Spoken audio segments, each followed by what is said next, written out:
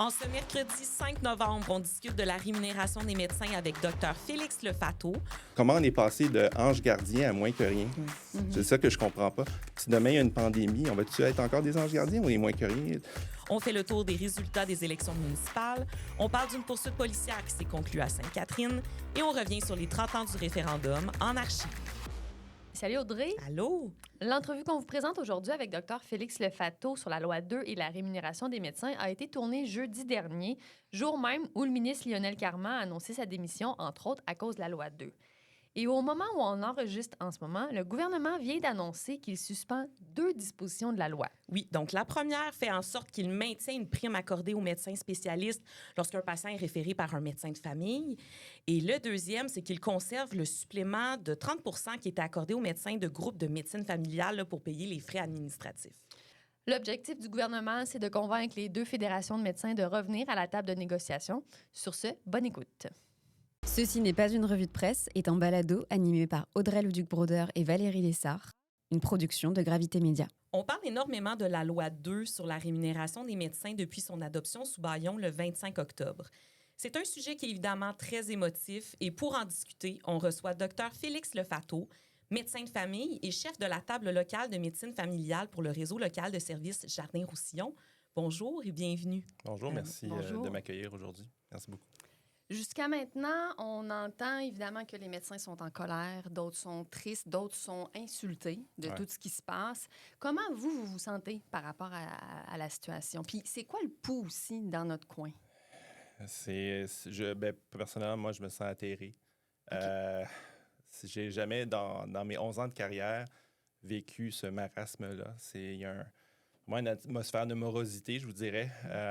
Puis c'est pas différent qu'ailleurs. Là. Quand je consulte mes collègues, c'est vraiment des sentiments de détresse, de tristesse, de colère. Donc, c'est vraiment, oui, l'atmosphère est morose. Puis même hier soir, j'avais une réunion montérégienne là, avec mes homologues de toute la Montérégie. Et autour de la table, vous avez vraiment les médecins les plus impliqués là, de la Montérégie qui veulent que ça change, qui veulent tout pour tout bien faire pour les patients. Mais même, on a fait un tour de table, puis tout le monde est vraiment dans le désespoir. Ils ne savent pas quoi faire. Donc, il y a vraiment une sensation de détresse humaine. Là. Puis ça, c'est dangereux parce que ça a un impact sur les patients.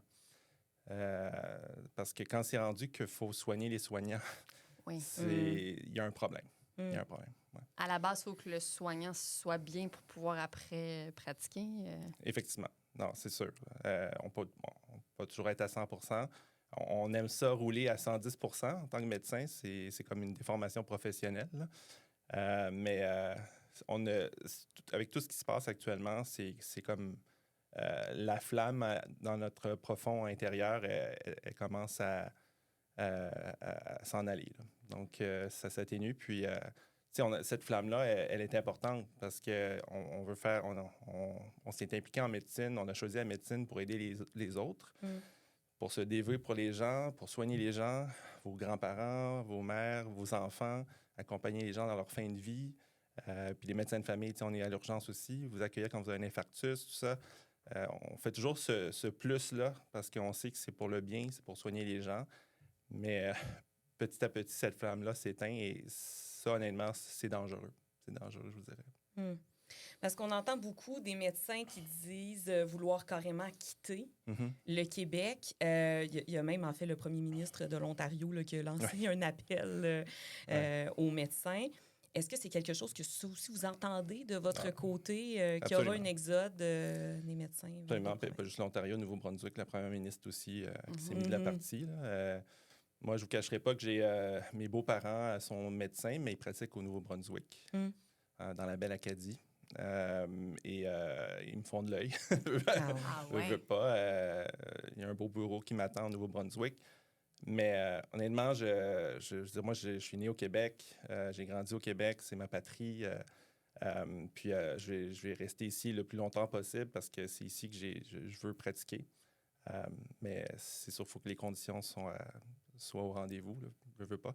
Mais oui, quand on parle aux autres, c'est quasiment automatique. Là. Oui. Tout le monde se dit, c'est quoi ton plan B? C'est quoi ton plan C? C'est quoi ton plan D? Donc oui, comme je dis, c'est jamais vu ça. Jamais vu ça. Il y a tellement de détresse que les gens ne savent plus quoi faire, mais voilà, oui.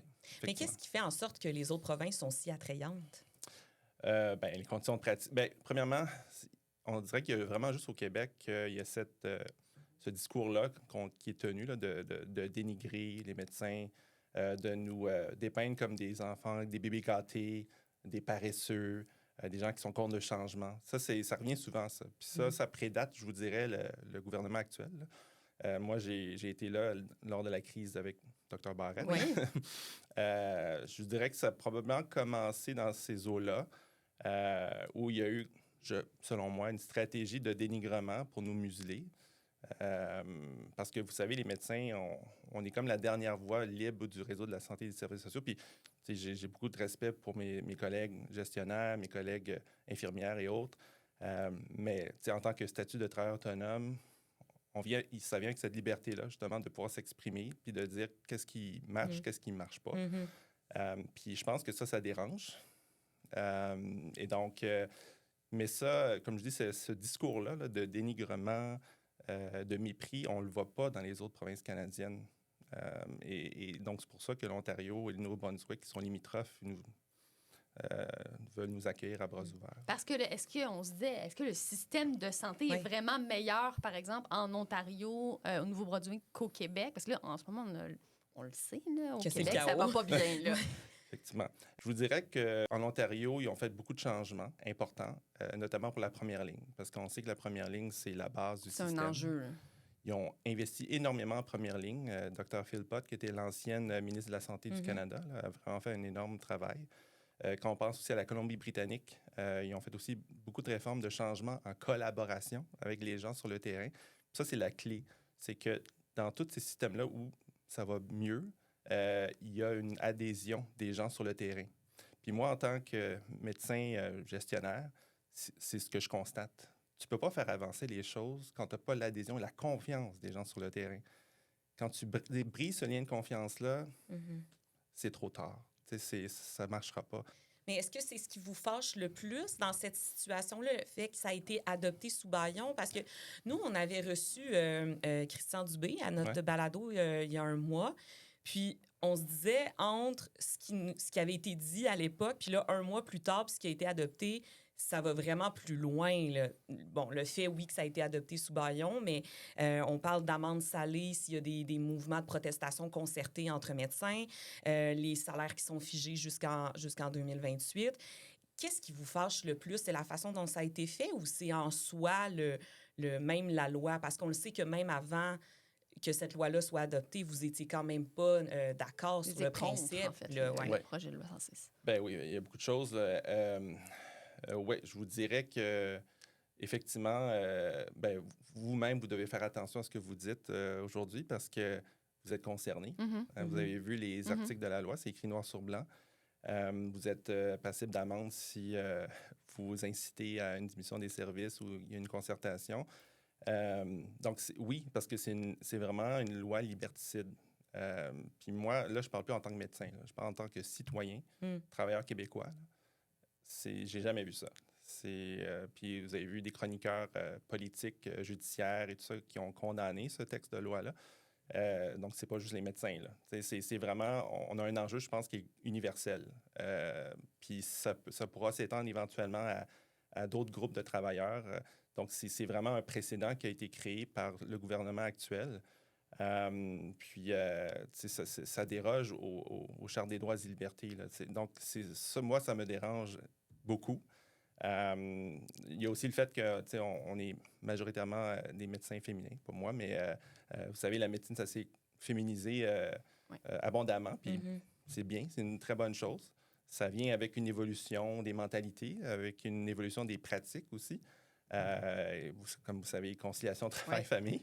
Et donc, c'est une attaque aussi aux femmes, à la liberté de pouvoir diminuer un peu leurs pratiques pour pouvoir faire la conciliation.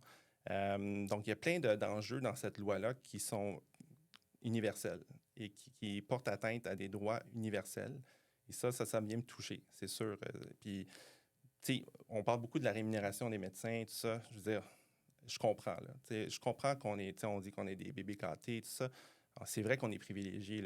Il n'y a personne qui va vous dire le contraire. Au-delà de l'aspect financier, c'est surtout, je vous dirais, pour nous, c'est le respect, la reconnaissance puis la qualité des soins. C'est ça qui est important. Puis ces 3 éléments-là ont été atteints. Donc, ça nous a heurtés. On est blessés là-dedans, dans le plus profond de nous-mêmes. Et c'est sûr que, comme je vous dis, c'est dangereux pour les patients. Moi, je pense aux patients, puis je me dis, mon Dieu, là, avec les départs, avec le système qui est tout brisé, je veux dire, ça va être difficile de réparer tous ces pots cassés-là. Oui. Là. Parce que l'objectif premier de ce que le ministre dit et dit encore cette semaine, ce qu'il veut avec cette loi-là, c'est que 100% des patients québécois soient suivis. Est-ce que, selon vous, vous allez réussir à faire ça? Vous étant les médecins, là. Moi, écoutez, non, mais écoutez, oui, c'est ça. On entend le ministre. Je trouve qu'il édulcore beaucoup les choses actuellement. Donc, la réponse à votre question, c'est non, on n'y arrivera pas. Parce que s'il n'y a pas d'adhésion puis de collaboration, premièrement, ça ne marchera pas. Deuxièmement, on n'a pas assez de ressources pour ça. Le projet de loi, la loi n'implique pas d'un ajout substantiel de ressources. Là. Il n'y a rien là-dedans. C'est une question de contrôle plus que d'autres choses. Comme vous savez, là, il va y avoir un inspecteur national, il va y avoir un système d'autosurveillance, de délation. Je ne comprends pas d'où ça vient, tout ça. Je veux dire, comment ça va bénéficier le patient? Je ne comprends pas. Ça fait en sorte aussi comme si on suppose qu'on est des bandits, entre guillemets. Là, c'est comme jusqu'à preuve du contraire, on est en défaut. Donc, on va nous surveiller. Puis, je la comprends, celle-là. Je la comprends pas.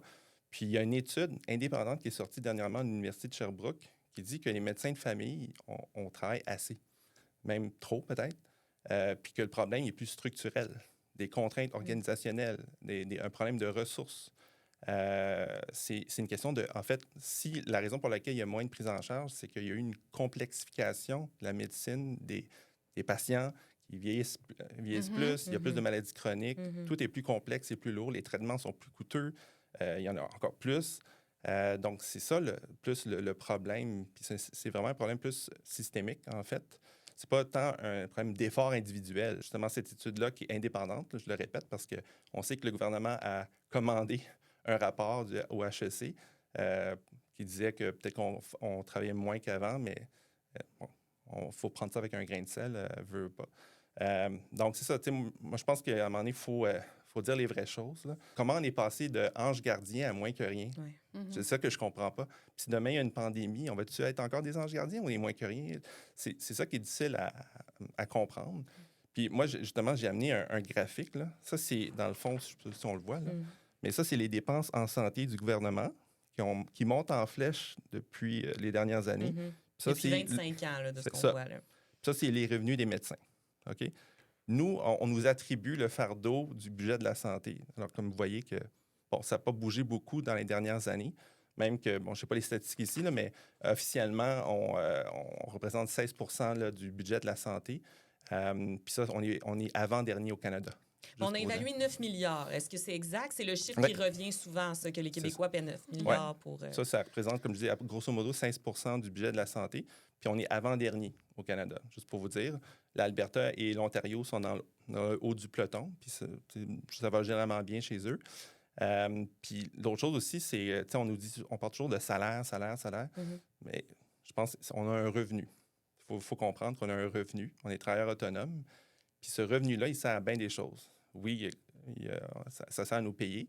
Mais moi, par exemple, je paye des frais de bureau énormes là, à ma clinique.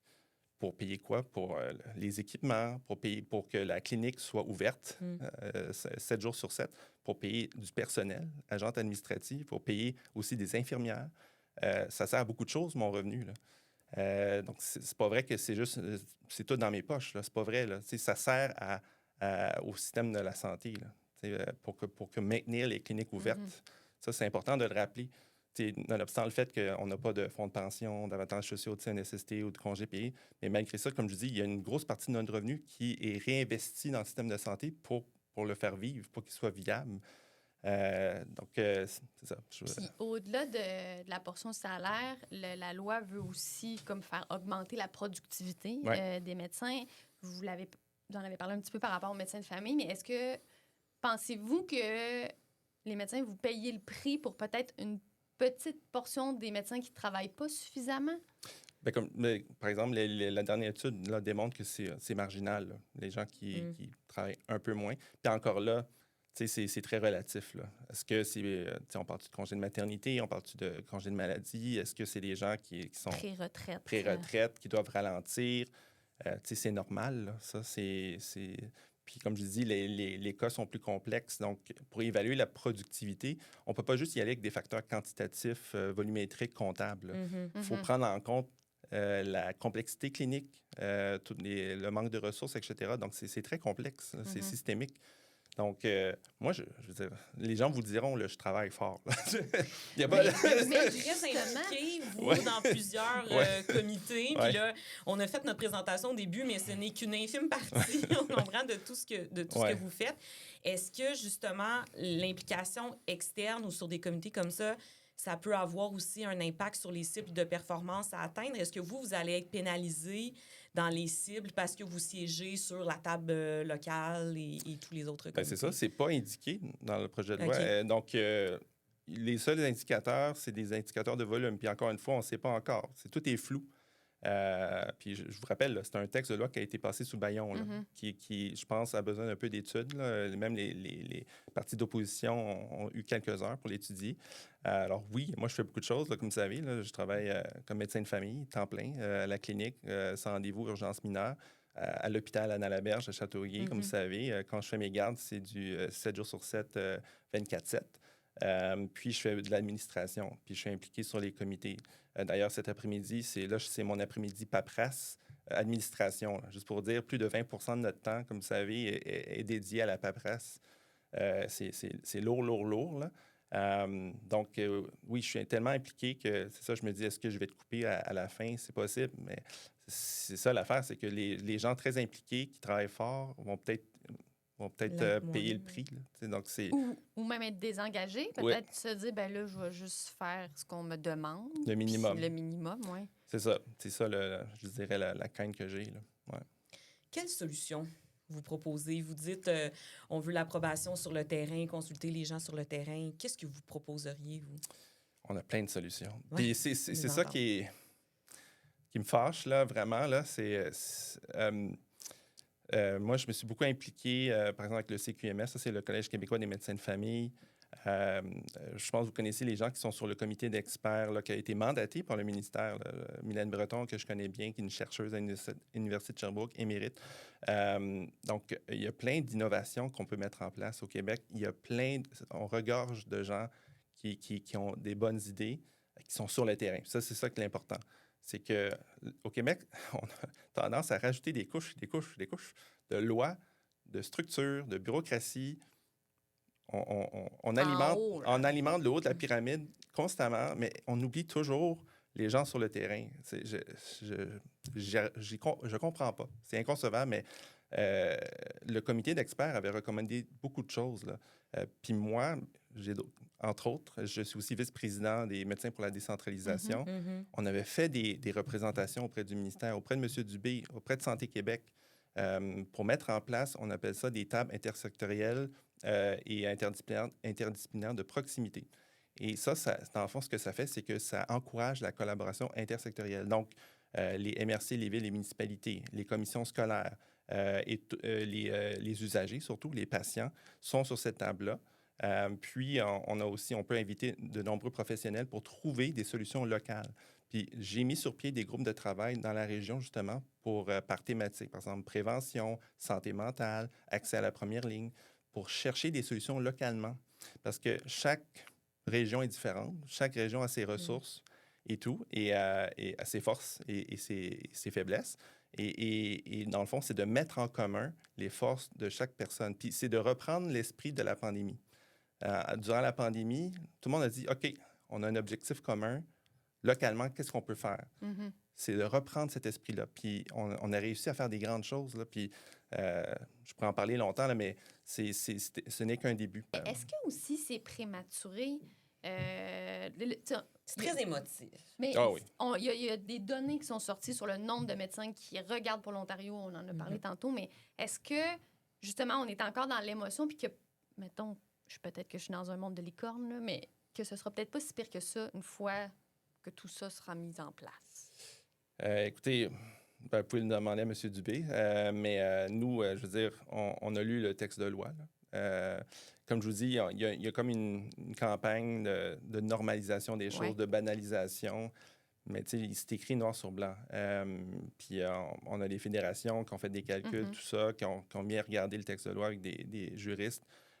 Puis oui, je veux dire, il y a rien... Il y a un flou, évidemment, mais il n'y a rien qui empêche le gouvernement de vraiment appliquer tous les articles de la loi. Donc, on ne peut pas juste se baser sur la bonne volonté du gouvernement qui nous met une épée de Damoclès et qui ne négocie pas, qui nie les droits à l'association, les droits de la liberté d'expression, la liberté de se déplacer. J'en reviens un peu à... certaines personnes vont dire, on a été formé au Québec, donc on a une dette envers le Québec et tout ça. Moi, j'ai pas de problème avec ça, là. J'ai été formé au Québec, je suis fier d'être Québécois puis de servir les Québécois.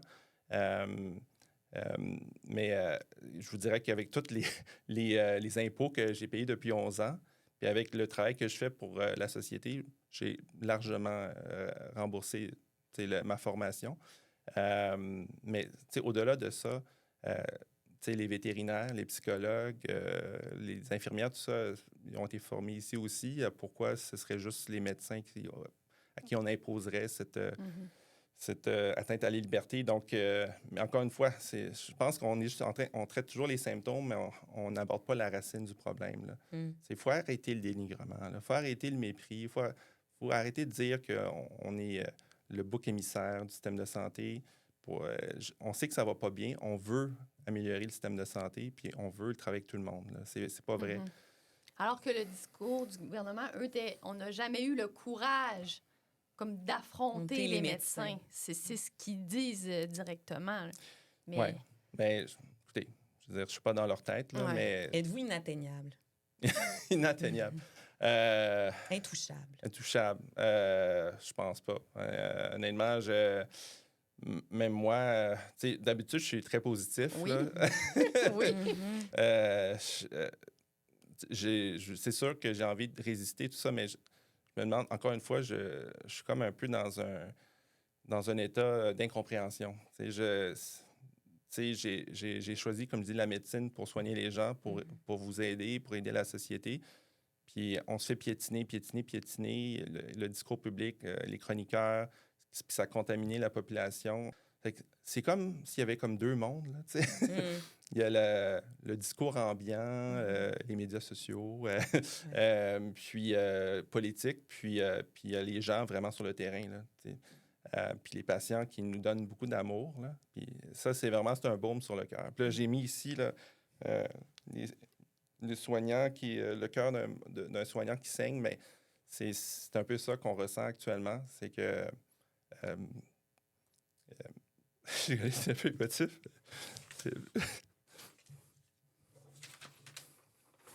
Ouais. Vous sentez pas le soutien de...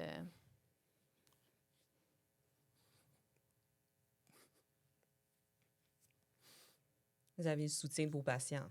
Oui, c'est ça l'important.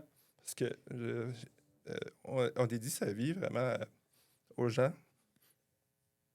Puis même mon épouse, vous savez, il y a eu des moyens de pression. Puis là, on a arrêté les réunions. Comme si j'en ai des centaines de réunions. Puis là, mon épouse, elle me disait, hey, pour la première fois, je te vois. Première fois que... Puis là, j'ai réalisé, ouais, OK. Je veux dire, choisis-tu ma vie de couple, ma famille? C'est là que je réalise que, on est tellement dédiés, là. Mais, je veux dire, mon épouse, elle me supporte là-dedans, c'est sûr, là. Puis elle va venir manifester avec nous le samedi devant l'Assemblée nationale. Mais moi, c'est pour ça que je dis qu'il y a un peu d'incompréhension, là. On est vraiment là pour aider, là. C'est difficile de vivre ça. Qu'est-ce que vous voulez dire aux patients? Parce que nécessairement, eux aussi entendent les médecins dire qu'ils vont peut-être quitter, qu'ils sont choqués par ce qui se passe. Donc, Il y a comme un Quoi climat dire? d'incertitude ouais. totale, Aux autant du patients. côté des patients que chez vos collègues médecins. Oui. Ben, moi, je dis aux patients, les médecins québécois, là, sont tellement impliqués. Là. Médecins de famille, j'ai été entouré de médecins qui veulent s'engager pour vous, pour les patients. Il faut juste nous donner les moyens. Ça, on va le faire. Là. Il manque 2000 médecins de famille, mais justement, on fait un travail sans relâche pour en attirer puis en former. Puis il y avait un comité sur la valorisation de la médecine de famille. Puis là, les personnes qui sont là-dessus, maintenant, ils ont démissionné parce qu'ils ne pouvaient plus, là, ce discours-là, ambiant encore une fois. Donc, mais je dis, on a les meilleurs médecins là, au monde ici. Là. Donc, donnez-nous les moyens, là, puis on va y arriver en collaboration avec les autres, là, pas juste les médecins. C'est une responsabilité partagée, comme je vous ai dit. Autant vous, les citoyens, les villes, les organismes communautaires, les chambres de commerce, tout ça. Donc, on peut se mettre ensemble, comme durant la pandémie, là, un esprit de groupe où on peut travailler ensemble, là, au lieu de juste se pointer du doigt tout le temps, là, puis de travailler en silo. Non, je pense que c'est le temps là, de travailler ensemble. Puis pour mes collègues médecins, comme vous savez, le programme d'aide aux médecins du Québec reçoit des appels tous les jours, dernièrement, des médecins en détresse. Je parlais avec un collègue qui, lui, a vécu des suicides de médecins à son hôpital, 2 suicides l'un à la suite de l'autre. Ça, c'était avant tout ça. Puis qui essaie de mettre en place une structure pour vraiment supporter les médecins au niveau de la santé mentale, parce que c'est important, je pense, de soigner les soignants.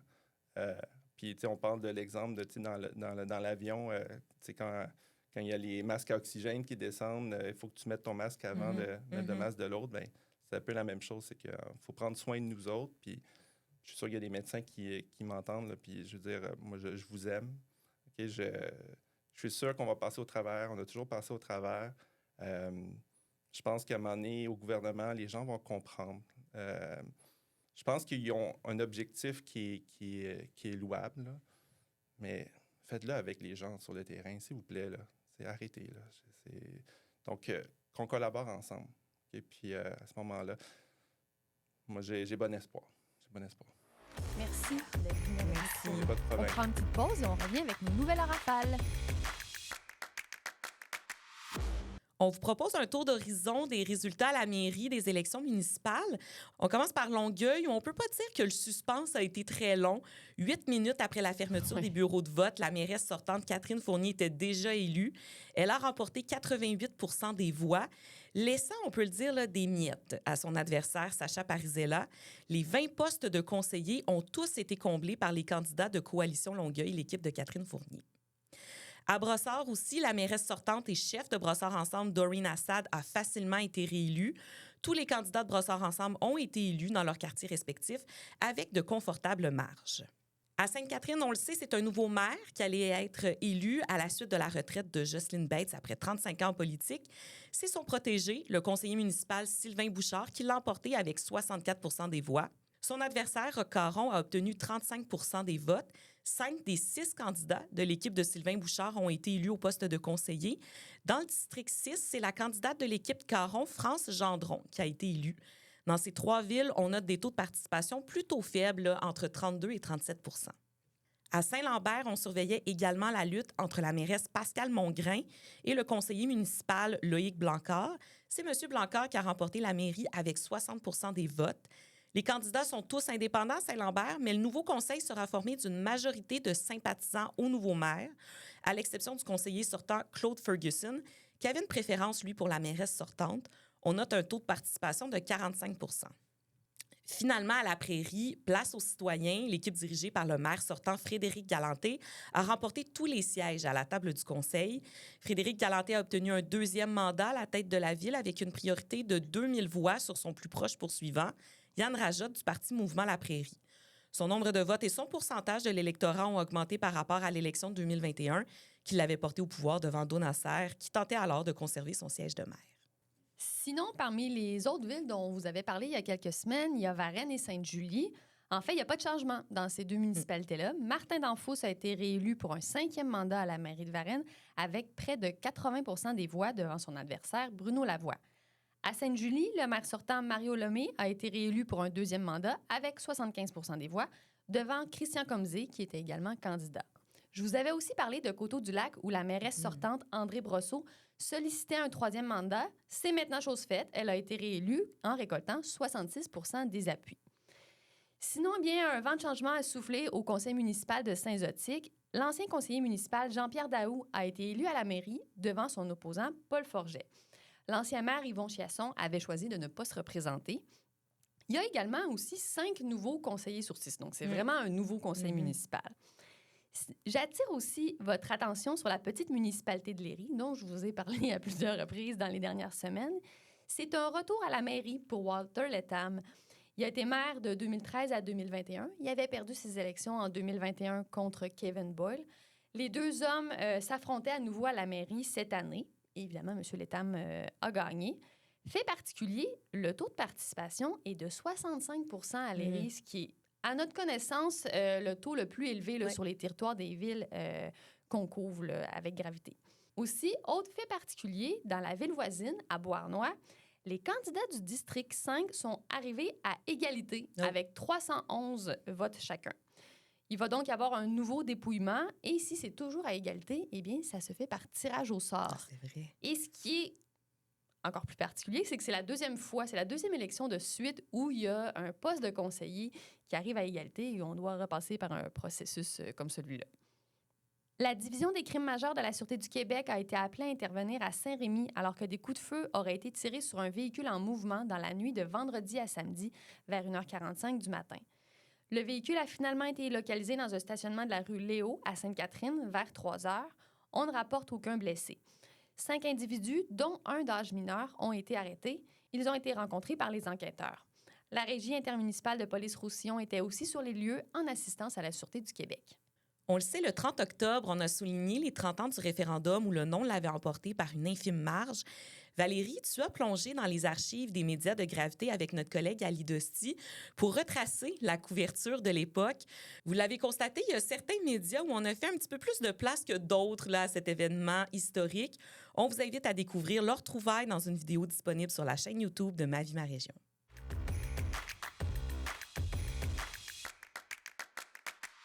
À surveiller, évidemment, ce sera le jour du souvenir le 11 novembre prochain et il y aura plusieurs événements pour le souligner, dont l'inauguration d'un monument commémoratif à Delsun.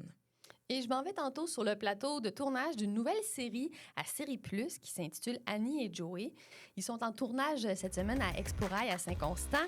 J'aurai évidemment un reportage à venir.